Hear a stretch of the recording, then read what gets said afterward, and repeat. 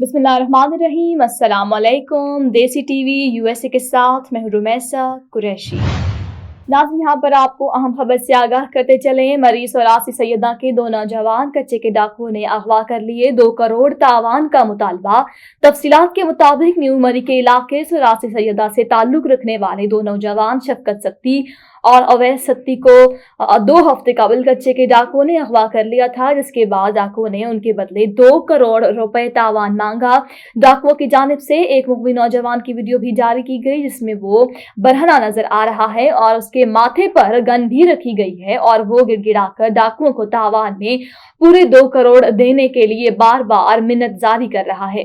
Police ने उस वाक़े की कई रोज बाद बिलाखिर FIR का इंदराज कर लिया है। नौजवानों के लवाहिकीन इंतहाई गरीब अफराद हैं, जिनके लिए इतना भारी तावान अदा करना नामुमकिन है। उन्होंने हुकाम बाला से अपील की है कि उन मुग़वी नौजवानों की बाहिफाजत रिहाई के लिए किरदार अदा करें और उनकी रिहाई को यकीनी बनाया जाए। पुलिस ने भी इस हवाले से ताउन की यकीन दहानी कराई है।